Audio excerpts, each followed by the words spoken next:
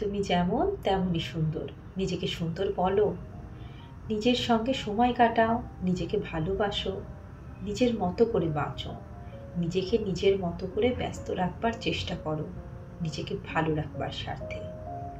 কারণ জীবনে অনেক মানুষের আগমন ঘটবে, আসবে, বসবে, আলাপ পরিচয় করবে, আবার নিজের দরকার মিটে গেলে চলেও যাবে।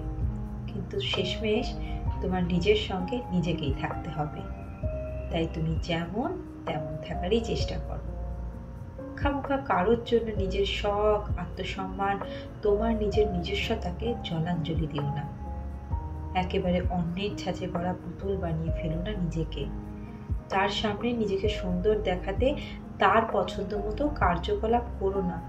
কারণ জীবনটা তোমার। তুমি জানবে তোমায় কোন রঙে বেশি ভালো লাগবে, নীল না লাল। যদি নীল হয় তাহলে অন্যের কাছে ভালো হতে গিয়ে, অন্যের ভালো লাগায় নিজেকে ভালো লাগাতে গিয়ে লাল রং বেছে নিও না। কারণ এই ছোট ছোট সিদ্ধান্তগুলোই জীবনে চলার পথে নিজেকে স্বাবলম্বী হতে শেখায়। সেই জন্য অন্যের পছন্দের সঙ্গে পছন্দ মিলিয়ে নিজের পছন্দগুলো বিসর্জন দিও না একেবারে। কারণ এই অভিনয়ের শহরে কেউ কারোর আপনজন নয়, সবটাই মিথ্যে মায়ায় বোনা। তাই কাউকে খুশি রাখার ট্রেন্ডে গা ভাসিয়ে দিয়ে নিজের ভিতরে থাকা সরলতাকে একেবারে মেরে ফেলো না।